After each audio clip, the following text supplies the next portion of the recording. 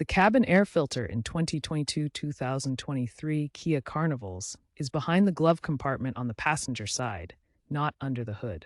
First, open and empty the glove box. Next, release the glove box stops, typically by pressing tabs or removing screws. Lower the glove box fully. You will see a rectangular panel secured by clips or screws. Remove this panel to expose the filter slot. Now pull out the old filter. Note the direction of the airflow arrows printed on the filter. They indicate the direction of airflow.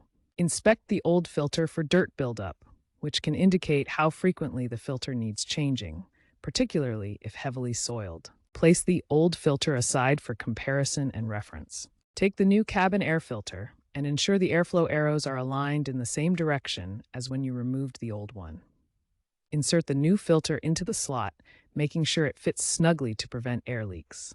Secure the filter cover back in place, reattaching any screws or clips that were removed. Close the glove box completely.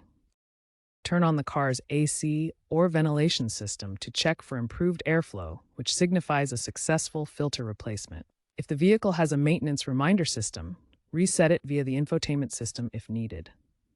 Replacing the cabin air filter typically takes 10 to 15 minutes and costs $15 for an OEM filter.